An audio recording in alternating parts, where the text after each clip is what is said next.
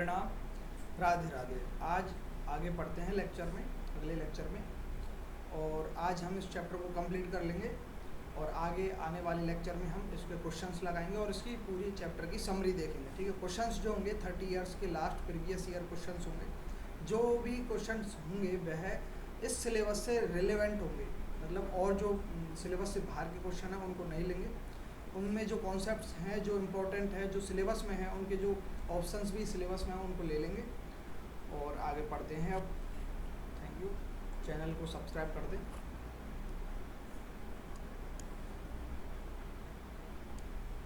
Mitochondria, जब तक कि हम माइटोकॉन्ड्रिया को बिल्कुल क्या नहीं कर लेंगे, स्टेन नहीं कर लेते ना, तब तक हम इसे माइक्रोस्कोप के अंदर नहीं देख सकते अनलेस स्पेसिफिकली स्टेन। जब तक स्पेसिफिकली स्टेन नहीं कर लेते तब तक not easily visible under microscope. ये माइक्रोस्कोप के अंदर ईजिली विजुअल नहीं होती। Number of mitochondria per cell variable depending on the physiological activities of the cell. कोई भी सेल्स है जो फिजियोलॉजिकली मतलब वर्क कर रही है शारीरिक रूप से, कोई ज़्यादा एक्टिव है कार्य करने के लिए, तो उस सेल्स के अंदर जो माइटोकॉन्ड्रिया है ज़्यादा प्रेजेंट होंगी। जैसे कि हार्ट सेल हुई, लगातार वर्क कर रही हैं। कुछ मसल सेल्स हुई, तुरंत देखिए ये वर्क कर रहे हैं, इनमें माइटोकॉन्ड्रिया जल्दी होती है। Shape and size also show variability. Shape और साइज अलग अलग होता है, बहुत वेराइटी में होता है, लेकिन टाइपिकली अगर हम देखें तो सॉसेज शेप होती है या फिर सिलेंड्रिकल भी बोल सकते हैं। सॉसेज क्या होता है, एक मीट का बनाते हैं लोग खाने के लिए, इस प्रकार का होता है, आपने देखा होगा एड्स वगैरह में। ठीक है, मैं नहीं खाता, मेरे अनुसार ना ही खाना चाहिए किसी को, अंडा भी नहीं खाना चाहिए मेरे अनुसार। डायमीटर, अब बात करते हैं। माइटोकॉन्ड्रिया का जो डायमीटर है वह 0.2 to 1 माइक्रोमीटर का होता है। एवरेज हम अगर लें डायमीटर तो 0.5 माइक्रोमीटर का होता है। लेंथ जो होती है माइटोकॉन्ड्रिया की 1 माइक्रोमीटर से 4.1 माइक्रोमीटर की होती है लेंथ, किसकी, माइटोकॉन्ड्रिया। आगे चलते हैं। माइटोकॉन्ड्रियन सिंगुलर, अगर हम एक माइटोकॉन्ड्रियन बोलेंगे ना तो मतलब एक माइटोकॉन्ड्रियन मतलब एक माइटोकॉन्ड्रिया की बात कर रहे हैं। माइटोकॉन्ड्रिया अगर बोल रहे हैं मतलब बहुत सारी माइटोकॉन्ड्रिया, प्लूरल वर्ड है। ये डबल मेम्ब्रेन बाउंड स्ट्रक्चर होती है, डबल मेम्ब्रेन बाउंड स्ट्रक्चर होती है। आउटर और इनर मेम्ब्रेन होती है जो डिवाइड कर देती है किसको, ल्यूमन को डिवाइड कर देती है दो कंपार्टमेंट में। किस में, एक तो आउटर कंपार्टमेंट और इनर कंपार्टमेंट। कैसे देखिए, ये जो दो मेम्ब्रेन है, ये आउटर मेम्ब्रेन हो गई माइटोकॉन्ड्रिया की और ये इनर मेम्ब्रेन हो गई। इसमें दो कंपार्टमेंट में डिवाइड हो गया। जो इनर मेम्ब्रेन का अंदर का जो कंपार्टमेंट है उसके अंदर एक डेंस होमोजीनस साइटोप्लाज्म प्रेजेंट होता है, जिसे मैट्रिक्स बोलते हैं। मैट्रिक्स प्रेजेंट होता है, ये डेंस होता है, होमोजीनस सब्सटेंस होता है। ठीक है, और ये आउटर जो मेम्ब्रेन है इसके बाद इंटर मेम्ब्रेन स्पेस बनता है, वह दूसरा कंपार्टमेंट हो गया। तो दो कंपार्टमेंट में डिवीज़न हो जाता है, किसके कारण, इन दो मेम्ब्रेन के कारण। डबल मेम्ब्रेन है, ये जो ल्यूमन होती है माइटोकॉन्ड्रिया की, उसे डिस्टिंक्टली इनटू 2 एक्वस कंपार्टमेंट में डिवाइड कर देती है, जो है outer compartment and inner compartment. Inner compartment के अंदर क्या रहता है, filled with A dense homogeneous substance that is called matrix. Dense homogeneous substance भरा हुआ रहता है, जिसे हम क्या बोलते हैं, मैट्रिक्स बोलते हैं। आगे चलते हैं। Outer membrane of the outer membrane forms the continuous limiting boundary of the organelle. Outer membrane जो होती है यह क्या बनाती है, बाउंड्री बनाती है ऑर्गेनल की। मतलब कि अब माइटोकॉन्ड्रिया की जो बाउंड्री है, जो फिक्स कर रही है, लिमिट कर रही है कि इतने साइज की माइटोकॉन्ड्रिया रहेगी, इतने में माइटोकॉन्ड्रिया आ जाएगी, बाउंड्री बना रही है एक प्रकार से, वह आउटर मेम्ब्रेन बना रही है। Inner membrane form a numbers of infolding, call it cristae. Cristae plural word है, सिंगुलर वर्ड जो है क्रिस्टा हो गया। टुवार्ड्स द मैट्रिक्स, मैट्रिक्स की टुवार्ड्स, मैट्रिक्स की ओर ये जो फोल्डिंग्स होती हैं इनर मेम्ब्रेन की, ये जो फोल्डिंग्स हैं इनको क्रिस्टा बोलते हैं। इससे क्या होता है, माइटोकॉन्ड्रिया का जो इनर मेम्ब्रेन है उसका सरफेस एरिया बढ़ता है, सरफेस एरिया बढ़ता है। ये मैट्रिक्स की ओर इनफोल्डिंग हो जाती है इनर मेम्ब्रेन की। Cristae increase the surface area बढ़ा देती हैं। Two membranes have their own specific enzymes associated with mitochondrial function. जो ये दोनों मेम्ब्रेन हैं इनके ऊपर कुछ एंजाइम होते हैं जो माइटोकॉन्ड्रियल फंक्शन से एसोसिएटेड रहते हैं। जैसे फंक्शन होते हैं उसी प्रकार के एंजाइम निकलते हैं। फंक्शंस के को एक्टिवेट करने के लिए अलग अलग एंजाइम इनके ऊपर एसोसिएटेड रहते हैं। माइटोकॉन्ड्रिया की दोनों मेम्ब्रेन्स के ऊपर खुद के होते हैं जो एंजाइम के। माइटोकॉन्ड्रिया क्या है? साइट ऑफ एरोबिक रेस्पिरेशन है, एरोबिक रेस्पिरेशन की साइट है। और produce cellular energy in the form of ATP. ATP के फॉर्म में यह सेलुलर एनर्जी प्रोड्यूस करती है। इसके कारण इसे power house of the cell बोलते हैं। माइटोकॉन्ड्रिया को पावर हाउस ऑफ सेल्स बोला जाता है। इन मैट्रिक्स इस single circular DNA molecule present होता है, कुछ आरएनए मॉलिक्यूल्स प्रेजेंट होते हैं, राइबोसोम 70S प्रेजेंट होता है और कुछ कंपोनेंट्स प्रेजेंट होते हैं जो प्रोटीन सिंथेसिस में हेल्प करते हैं। Components required for protein synthesis ये भी माइटोकॉन्ड्रिया के अंदर प्रेजेंट होते हैं। Mitochondria divide by fission, bacteria की तरह डिवाइड होता है। बैक्टीरिया की तरह ही इसमें राइबोसोम्स मिलता है, आरएनए मिलता है, सिंगल सर्कुलर डीएनए मिलता है। ये माइटोकॉन्ड्रिया के अंदर मिलता है। और ये रही माइटोकॉन्ड्रिया की स्ट्रक्चर जो एनसीईआरटी में है। ये आउटर मेम्ब्रेन है,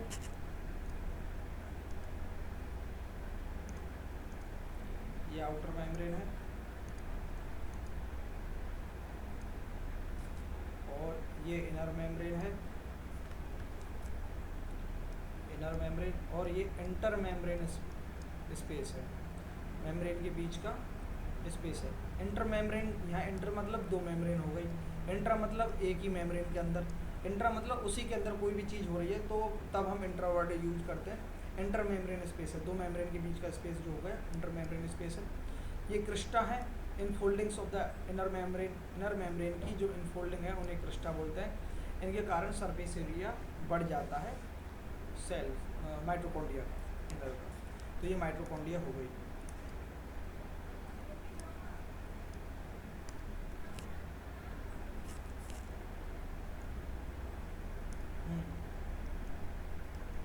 माइटोकॉन्ड्रिया खत्म। आगे चलते हैं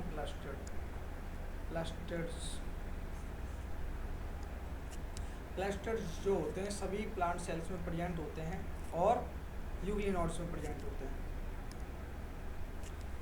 they are large so easily observe under microscope. ये बहुत बड़े होते हैं, ईजिली माइक्रोस्कोप के अंदर देखे जा सकते हैं।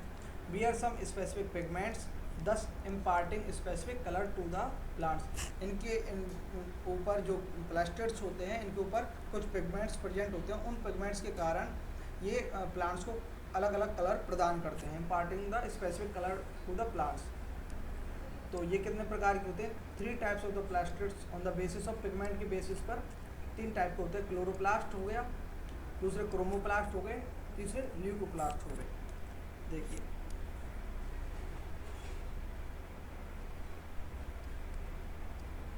क्लोरोप्लास्ट के अंदर क्या होता है? क्लोरोफिल होता है और कैरोटीनॉइड्स नाम के पिगमेंट होते हैं।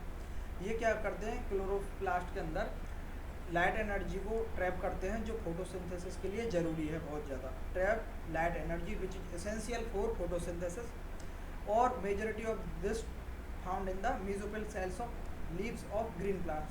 ग्रीन प्लांट्स की जो लीव्स हैं उनकी मेसोफिल सेल्स के अंदर क्लोरोप्लास्ट बहुत बढ़िया मात्रा में पाए जाते हैं। ठीक है, दूसरे आते हैं हम अब क्रोमोप्लास्ट पर। क्रोमोप्लास्ट क्या करते हैं? Fat soluble carotenoids pigment present होते हैं क्रोमोप्लास्ट के अंदर। कौन से होते हैं? Fat soluble. फैट सॉल्युबल में जैसे कैरोटीन हो गया, जेंथोफिल हो गया और अदर्स कुछ हो गए। ये एनसीईआरटी से है बिल्कुल। ठीक है, कैरोटीन, जेंथोफिल एंड अदर्स। ये क्या करते हैं? क्रोमोप्लास्ट येलो, ऑरेंज और रेड कलर प्रदान करते हैं प्लांट सेल्स को। ल्यूकोप्लास्ट जो हैं वह कलरलेस पिगमेंट है, कलरलेस प्लास्टिड है। ये शेप में अलग अलग होते हैं और कुछ न्यूट्रिएंट्स स्टोर करते हैं। ये ल्यूकोप्लास्ट क्या करते हैं? न्यूट्रिएंट्स स्टोर करते हैं। जैसे एमाइलोप्लास्ट हो गया, एलियोप्लास्ट हो गया और एलिरोप्लास्ट हो गया। एमाइलोप्लास्ट जो हो गया वे कार्बोहाइड्रेट स्टोर करते हैं या फिर स्टार्च स्टोर करते हैं। एमाइलोप्लास्ट कहाँ मिलते हैं? पोटैटो के अंदर एमाइलोप्लास्ट मिलते हैं। Elaioplast store oil and fat. Fat और ऑयल का स्टोरेज हम कौन से करते हैं, एलियोप्लास्ट करते हैं। और दूसरा हो गया एल्यूरोप्लास्ट, ये प्रोटीन का स्टोरेज करते हैं, स्टोरेज ऑफ प्रोटीन, प्रोटीन का स्टोर करते हैं क्या, एल्यूरोप्लास्ट। आगे चलते हैं, अब हम पढ़ते हैं क्लोरोप्लास्ट के बारे में, स्पेसिफिकली इसके बारे में पढ़ लेते हैं, यह इंपॉर्टेंट। क्लोरोप्लास्ट यह डबल मेम्ब्रेन बाउंड स्ट्रक्चर है क्लोरोप्लास्ट। शेप कैसी होती है इसकी, लेंस शेप होती है, ओवल, स्पेरिकल, डिस्कॉइड और इवन रिबन लाइक भी होते हैं क्या, क्लोरोप्लास्ट। इनकी साइज होती है 5 to 10 माइक्रोमीटर लेंथ में और 2 to 4 माइक्रोमीटर इन ब्रेड्थ में। तो साइज हो गया 5 to 10 micrometre in length and 2 to 4 micrometre in breadth. Chloroplast ऐसा होता है, ये रहा क्लोरोप्लास्ट। इसकी जो लेंथ है, लेंथ कितनी हो गई 5 to 10 माइक्रोमीटर एंड ब्रेड्थ कितनी हो गई 2 to 4 माइक्रोमीटर। 5 to 10 लेंथ और 2 to 4 माइक्रोमीटर ब्रेड्थ हो गए। नंबर्स ऑफ क्लोरोप्लास्ट वेरीज, अलग वेरी करता है, अलग अलग प्रेजेंट होते हैं अलग अलग सेल्स के अंदर क्लोरोप्लास्ट। अगर हम क्लेमाइडोमोनास की बात करें तो उसमें एक ही प्रेजेंट होता है, एक सेल्स के अंदर एक क्लेमाइडोमोनास के अंदर एक क्लोरोप्लास्ट प्रेजेंट होता है। 20 से 40 क्लोरोप्लास्ट प्रेजेंट होते हैं ग्रीन एल्गा की मीजोफिल सेल्स में। 20 to 40 per cells in mesophylls of green algae, green algae की मीजोफिल सेल्स के अंदर 20 to 40 क्लोरोप्लास्ट प्रेजेंट होते हैं। Inner membrane is relatively less permeable, double membrane structure होता है तो इसकी जो इनर मेम्ब्रेन है वह लेस परमेबल होती है। रिलेटिवली लेस परमेबल मतलब आउटर मेम्ब्रेन ज़्यादा परमेबल है और इनर मेम्ब्रेन कम परमेबल है, लेस परमेबल है inner membrane. Space limited by the inner membrane is called stroma. जो इनर मेम्ब्रेन के अंदर का जो स्पेस है, जैसे ये आउटर मेम्ब्रेन हो गई और इसके बाद ये इनर मेम्ब्रेन हो गई, जो इनर मेम्ब्रेन के अंदर का जो स्पेस है ये, इस स्पेस को क्या बोलते हैं, स्ट्रोमा, स्ट्रोमा बोलते हैं इस स्पेस को।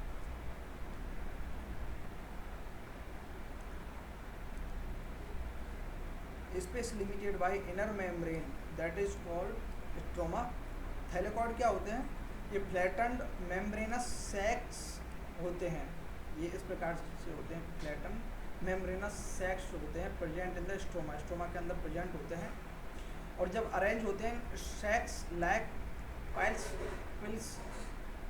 पिलर ऑफ कॉइन्स, कॉइन का पिलर बन जाता है इनका इस प्रकार से जब अरेंज होते हैं तब इन्हें क्या बोला जाता है, ग्रेना बोला जाता है या फिर इंटरग्रेनल थैलेकॉइड बोला जाता है।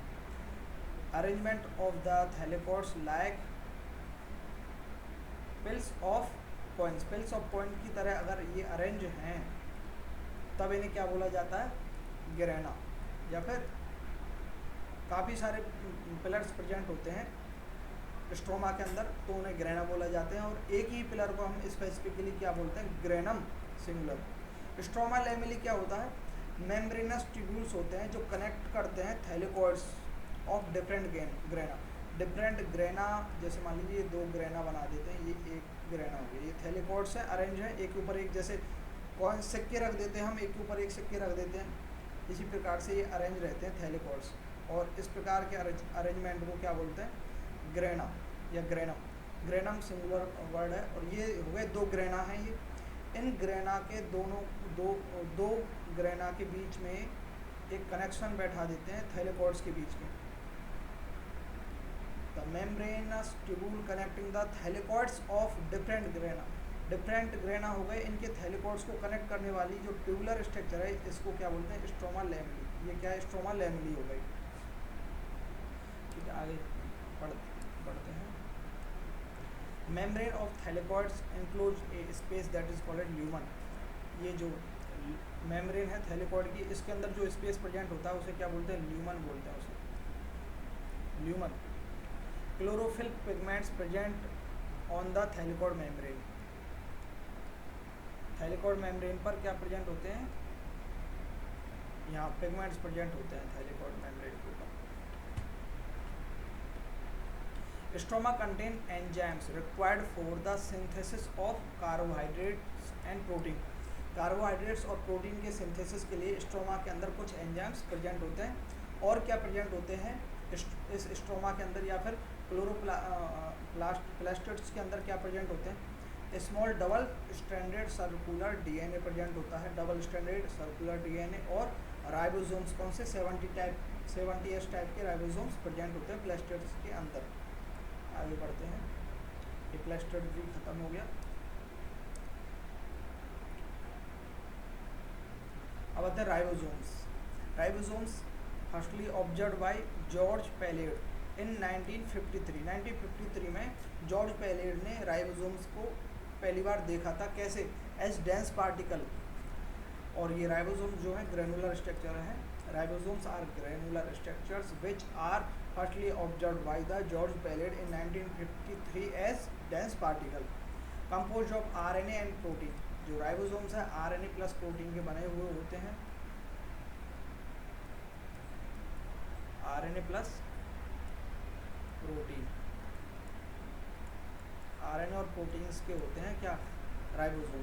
यूकैरियोटिक राइबोसोम्स, यूकैरियोटिक सेल्स के अंदर 80S टाइप के राइबोसोम्स होते हैं। दो स्मॉल सब यूनिट होती हैं, 60S और 40S। किसमें? यूकैरियोटिक सेल्स के अंदर 60S और 40S मिलकर के क्या बनाते हैं? 80S ribosomes. और इन प्रोकैरियोटिक सेल्स के अंदर 70S टाइप के राइबोसोम्स प्रेजेंट होते हैं। इनकी दो सब यूनिट है, 50S एंड 30S सब यूनिट हो गई।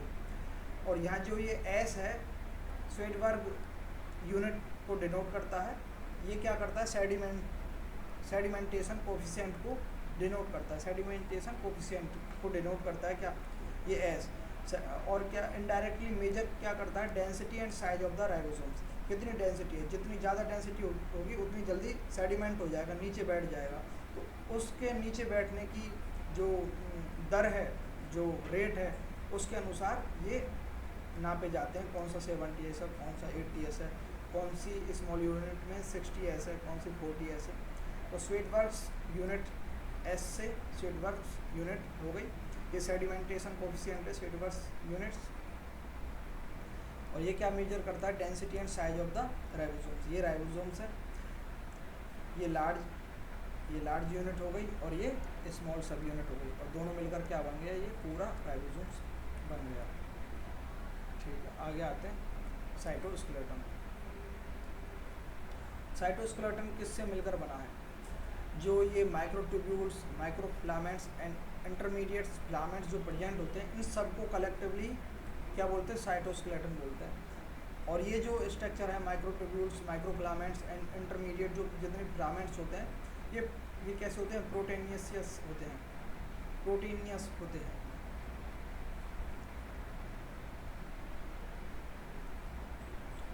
साइटोस्केलेटन क्या है? माइक्रोट्यूब्यूल्स, माइक्रोफिलामेंट्स, इंटरमीडिएट फिलामेंट्स, इन सबको कलेक्टिवली साइटोस्केलेटन बोला जाता है। और ये जो फिलामेंट्स हैं ये प्रोटीनस होते हैं, प्रोटीनस स्ट्रक्चर होते हैं। इनका फंक्शन क्या होता है? फंक्शन ऑफ द साइटोस्केलेटन क्या है? Mechanical support, motility, maintenance of the shape of the cell. Cell की शेप को बनाए रखती हैं क्या? साइटोस्केलेटन। साइटोस्केलेटन के अंदर क्या क्या आता है? माइक्रोट्यूब्यूल्स हो गए, माइक्रोफिलामेंट्स हो गए और इंटरमीडिएट फिलामेंट्स। ये सारे मिलकर के कलेक्टिवली इनको साइटोस्केलेटन बोलते हैं। ये स्ट्रक्चर साइटोप्लाज्म के अंदर होती हैं। ये सारी साइटोस्केलेटन के अंदर आती हैं। जैसे कि साइटोस्केलेटन अपने स्केलेटन के अंदर सारी हड्डियाँ आती हैं, जो लिम्स की हड्डियाँ हो गई, लिम्स बोन हो गई और जितनी भी बोन्स हैं, उसी प्रकार से ये अलग अलग स्ट्रक्चर हैं। इनको कलेक्टिवली साइटोस्केलेटन बोला जाता है। और ये फिलामेंट्स जो हैं प्रोटीनस होते हैं। ये स्ट्रक्चर है।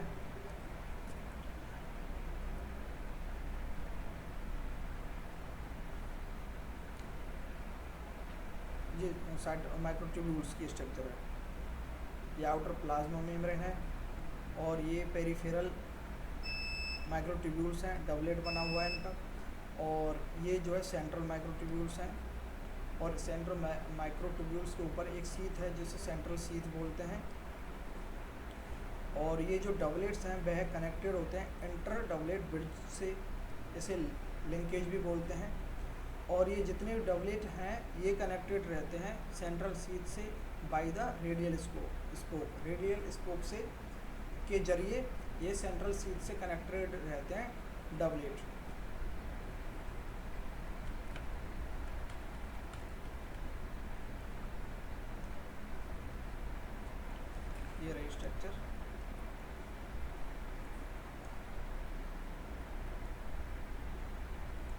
अब आते हैं cilia and flagella. Cilia and flagella जो है हेयर लाइक आउट ग्रोथ है सेल की, सेल मेम्ब्रेन की। Hair like out growth of the cell membrane. Cilia and flagella are the hair like out growth of the cell membrane. Cilia are small structure work like oars, मतलब जो पतवार होती है ना नाक को आगे चलाने की, उन्हें ओर्स बोलते हैं। Causing the movement of the either the cell और the surrounding of the fluid. ये क्या करते हैं, सेल को मूव करने में हेल्प करते हैं, या फिर सेल के आसपास जो फ्लूइड होता है उसे मूव करवाते हैं अपनी ओर, ताकि वह सेल भोजन कर सके, फूड इनटेक कर सके, एंगल्फिंग कर सके। Flagella are comparatively longer and responsible for movement. Flagella longer होते हैं सीलिया के बजाय, और ये किस में हेल्प करते हैं, मूवमेंट में हेल्प करते हैं। प्रोकैरियोटिक फ्लैजिला स्ट्रक्चरली डिफरेंट होते हैं फ्रॉम यूकैरियोटिक फ्लैजिला से। सीलिया एंड फ्लैजिला है plasma membrane. Their core are called axoneme. जो फ्लैजिला और सीलिया होती है, इनकी जो कोर होती है उसे एक्सोनिमी बोलते हैं।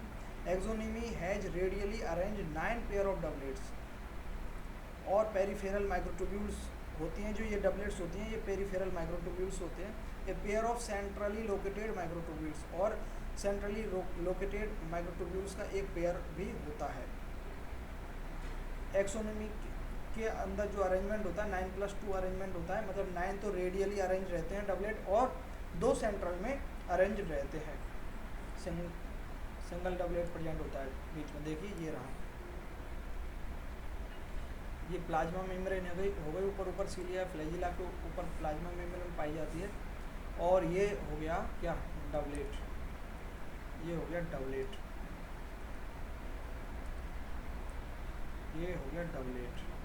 पेरिफेरल माइक्रोट्यूब्यूल्स होते हैं, ये डबलेट्स बनाते हैं। और ये जो डबलेट्स हैं, दोनों डबलेट्स का किसके कारण अटैच रहते हैं, इंटर डबलेट ब्रिड्ज। ये इंटर डबलेट ब्रिड्ज से कनेक्टेड रहते हैं, जिसे लिंकर भी बोलते हैं, ठीक है। और बीच में सेंट्रल में क्या है, सेंट्रल माइक्रोट्यूब्यूल्स होते हैं।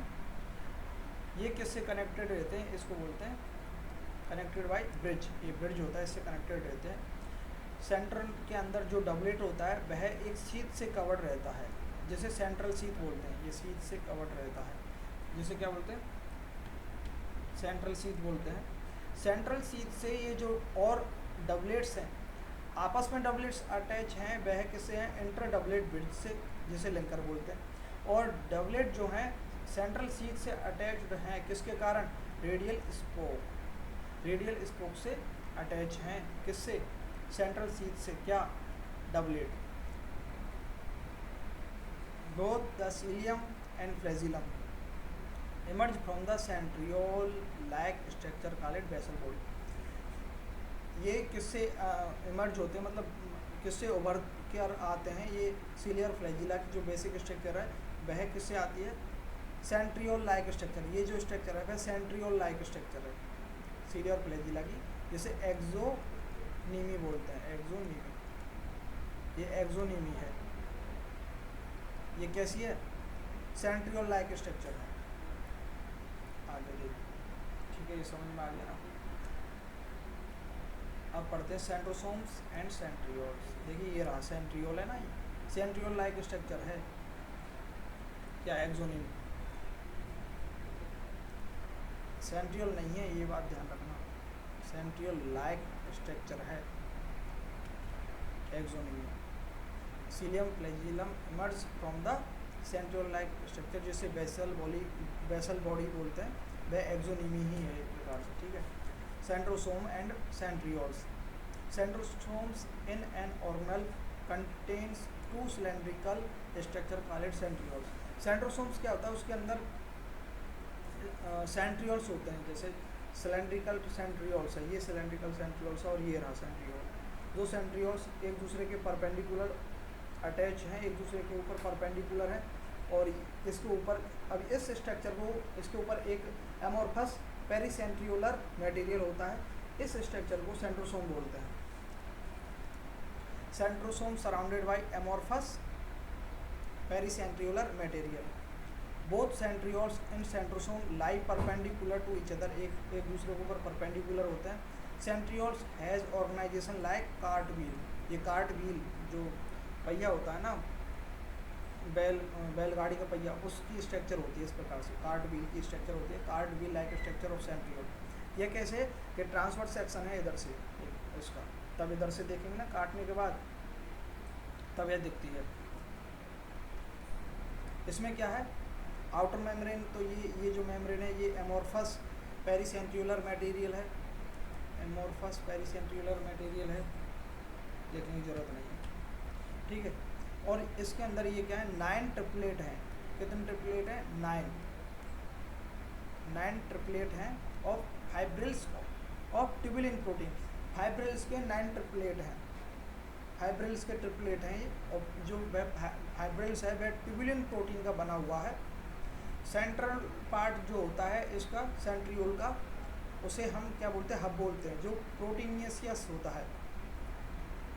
और जो ये ट्रिपलेट हैं वह इस हब से रेडियल स्पोक के जरिए अटैच होते हैं, वह भी प्रोटीनियस होता है। Connect triplet to hub by radial hub, radial spoke से कनेक्टेड रहता है। Centrioles form the basal body of cilia and flagella and spindle fibre. Centrioles जो होते हैं वह बेसल बॉडी बनाते हैं जहाँ से वह अटैच रहता है, कोई भी फ्लैजिला हुआ या फिर सीलिया हुआ या फिर स्पिंडल फाइबर हुए, वे जो उनकी जो बेसल बॉडी है वह किससे बनी हुई होती है, सेंट्रियोल से बनी हुई होती है। स्पिंडल फाइबर क्या करते हैं, स्पिंडल अपैरेटस बनाते हैं सेल डिवीजन के दौरान, एनिमल सेल्स के अंदर। Spindle fibre give rise to spindle apparatus during the cell division in the animal sales.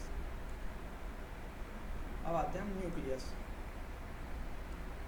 Nucleus in 1831 Robert Brown described nucleus as cell organelle. Cell organelle की तरह किसने describe किया firstly nucleus को, Robert Brown ने in 1831 में।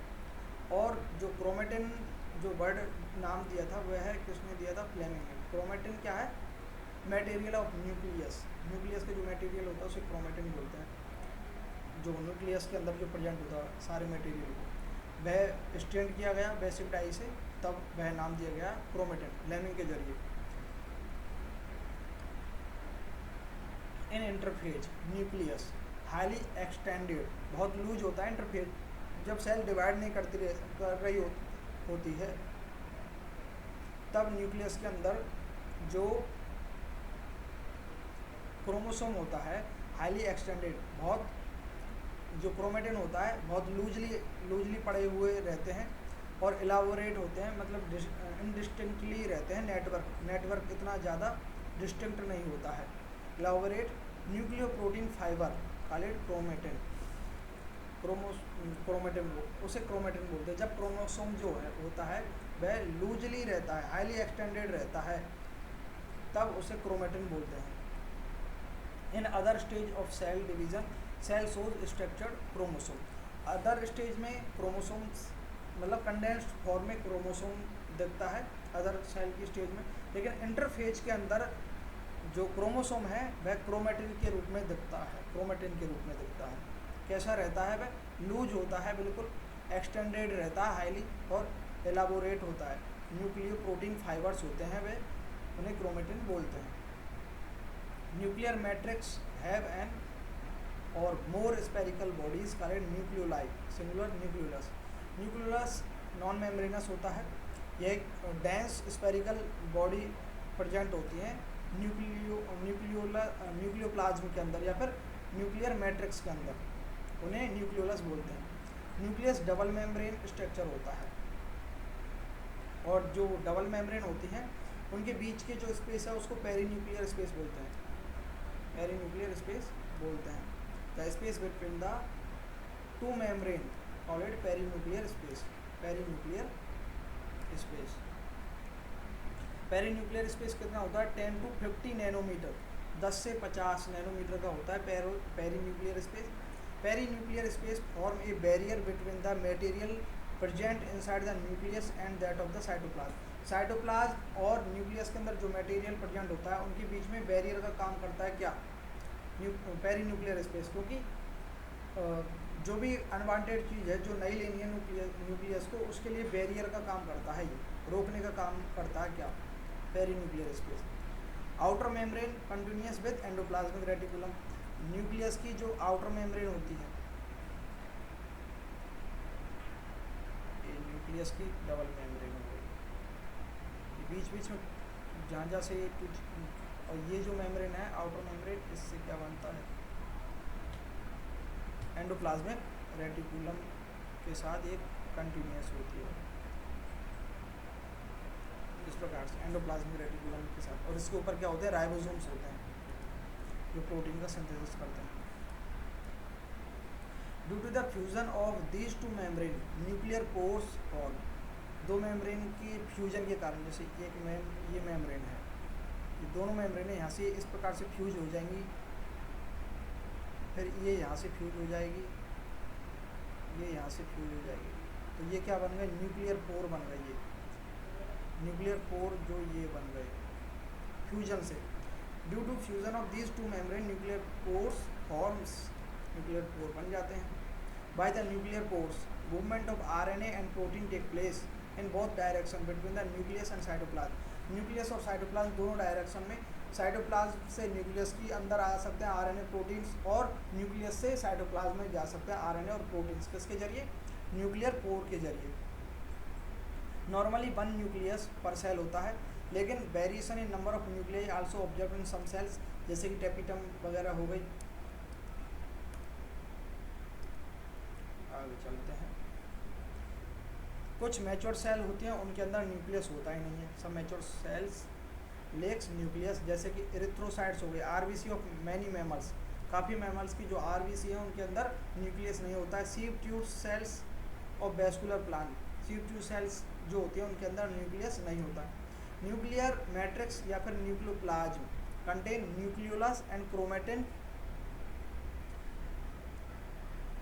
And nucleolus present होता है, किसके अंदर, न्यूक्लियोप्लाज्म के अंदर, ठीक है। Nucleolus is non membranes, so content of nucleolus is continuous with nucleoplasm. Nucleoplasm nucleolus का जो कंटेंट है, जो भी आरएनए प्रोटीन जो भी सिंथेसिस करता है न्यूक्लियोलस, वह कनेक्टेड रहता है, एसोसिएटेड रहता है किससे, न्यूक्लियोप्लाज्म से, क्योंकि उसके अंदर कोई मेम्ब्रेन नहीं होती, तो उसका कंटेंट क्या रहता है, कंटिन्यूअस रहता है न्यूक्लियोप्लाज्म के साथ। किसका कंटेंट, न्यूक्लियोलस का कंटेंट किसके साथ कंटिन्यूअस रहता है, न्यूक्लियोप्लाज्म के साथ। Nucleolus is the site for active ribosomal RNA synthesis, active ribosomal rRNA synthesis में पार्टिसिपेट करता है, एक्टिव साइट है nucleolus. Larger and numerous nuclei are present in cells actively carrying out the protein synthesis, जो cell बहुत ज़्यादा protein synthesis में help करती है या फिर बहुत ज़्यादा प्रोटीन सिंथेसिस कर रही है, तो जान लीजिए उसके अंदर न्यूक्लियोलस बड़े बड़े हैं और बहुत बड़ी मात्रा में है।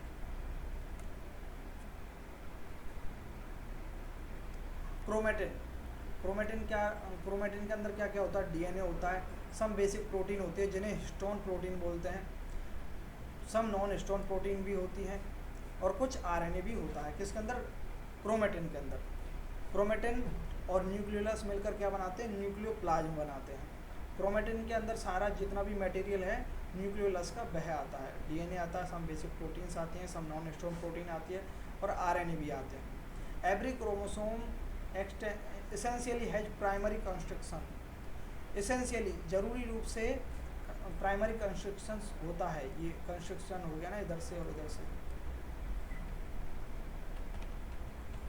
हर क्रोमोसोम में कंस्ट्रक्शन होता है प्राइमरी, और कुछ में सेकेंडरी भी होता है, ठीक है, जैसे सेंट्रोमियर बोलते हैं, जो कंस्ट्रक्शन हो गया है उसके कारण जो स्ट्रक्चर बन गई है ये धसी हुई, जैसे ये जो धसी हुई स्ट्रक्चर है इसे बोलते हैं सेंट्रोमियर, उसे सेंट्रोमियर बोलते हैं, centromere. Centromere hold 2 chromatids of chromosome, chromosomes की जो 2 क्रोमेटिड है उन्हें होल्ड करने का काम करते हैं, एक क्रोमेटिड और ये दूसरी क्रोमेटिड, 2 क्रोमेटिड हो गई सेंट्रियोल क्रोमोसोम की, इनको होल्ड करने का काम क्या करती है, centromere. On centromere disc shaped structure present होते हैं जिन्हें काइनेटोकोर बोलते हैं, ये जो डिस्क शेप्ड स्ट्रक्चर है ना, ये ग्रीन से दिख रही हैं, इन्हें क्या बोलते हैं, काइनेटोकोर बोलते हैं। काइनेटोकोर किस में हेल्प करते हैं, ये काइनेटोकोर पर स्पिंडल फाइबर अटैच होता है और डिवीज़न, न्यूक्लियर डिवीज़न में हेल्प करते हैं, क्रोमोसोम का इनको स्टैंड को अलग करने में हेल्प करते हैं। एक क्रोमोसोम पर एक ही सेंट्रोमियर प्रेजेंट होती है और एक सेंट्रोमियर पर 2 काइनेटोकोर प्रेजेंट होते हैं।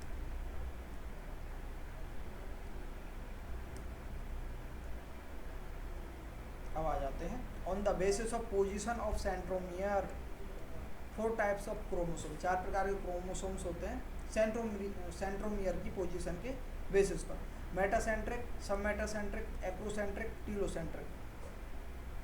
और जो सेकेंडरी कंस्ट्रक्शन होता है ना उसके कारण सैटेलाइट बनता है। Satellite non staining secondary constriction होता है एट कांस्टेंट लोकेशन, एक ही इसी लोकेशन पर रहता है, कांस्टेंट रहती है, लोकेशन बदलती नहीं है, ठीक है। शॉर्ट आर्म जो होती है क्रोमोसोम की उसे पी बोलते हैं, लार्जर आर्म को क्यू बोलते हैं। मेटासेंट्रिक क्या है, मिडिल सेंट्रोमियर, मतलब क्रोमोसोम के मिडिल में जो सेंट्रोमियर प्रेजेंट होता है वह मेटासेंट्रिक टाइप का क्रोमोसोम है, क्योंकि उसमें जो आर्म्स हैं इक्वली डिवाइड होती हैं, इक्वल बनती है आर्म्स। सब मेटासेंट्रिक में क्या होता है, थोड़ा सा centromere away from the middle of the chromosome, centromere slightly away from middle of the chromosome, 1 shorter arm and 1 longer arm. इसमें क्या है, जो सेंट्रोमियर है थोड़ा सा दूर हो जाता है मिडिल ऑफ द क्रोमोसोम से, मिडिल से, तो इसमें एक आर्म तो बहुत बड़ी बन जाती है, एक थोड़ी सी छोटी बन जाती है, ज़्यादा डिफरेंस नहीं होता। लेकिन एक्रोसेंट्रिक में क्या होता है, centromere close to chromosome end, chromosome के बिल्कुल एंड पर आ जाता है सेंट्रोमियर। तो इसमें क्या होता है, एक तो एक्सट्रीमली बहुत छोटी हो जाती है, शॉर्ट आर्म बन जाती है बिल्कुल एक्सट्रीमली शॉर्ट, और 1 वेरी लॉन्ग, और दूसरी आर्म जो होती है बहुत लॉन्ग बन जाती है, किसमें, एक्रोसेंट्रिक में। और टीलोसेंट्रिक में क्या होता है, टर्मिनल सेंट्रोमियर, सेंट्रोमियर जो होता है बिल्कुल टर्मिनल पर पहुंच जाता है, बिल्कुल एंड पर पहुंच जाता है। इसमें आर्म्स जो होती हैं बहुत ज़्यादा ही बड़ी होती हैं, और जो छोटी आर्म है बिल्कुल नेग्लिजिबल होती हैं, बहुत छोटी छोटी होती हैं बिल्कुल। अब आते हैं चैप्टर के एंड पर। Microbodies, many membrane bound minute vesicles called microbodies that contain various enzymes are present in both plants and animals और प्लांट दोनों में प्रेजेंट होती है माइक्रोबॉडीज। ये क्या है, मेम्ब्रेनस बाउंड वेसिकल्स होते हैं, इनके अंदर अलग अलग प्रकार के एंजाइम्स वगैरह प्रेजेंट होते हैं, ऐसी स्ट्रक्चर काफ़ी सारी भरी हुई रहती हैं, इन्हें माइक्रोबॉडीज कहते हैं। ये मेम्ब्रेनस वेसिकल्स हैं, इनके अंदर अलग अलग प्रकार के एंजाइम भरे हुए रहते हैं। यहाँ हमारा चैप्टर होता है ख़त्म, एंड द एंड, ठीक है। आगे हम कल पढ़ेंगे, शायद ज़्यादा जल्दी कर रहा हूँ मैं, मतलब बोलने में, ठीक है, जो भी है कमेंट आएंगी जब देख लेंगे। चलते हैं, कुछ क्या बताना है, कुछ चलो लिख देते हैं एक आध श्लोक तो लिख देते हैं, क्या लिखते हैं,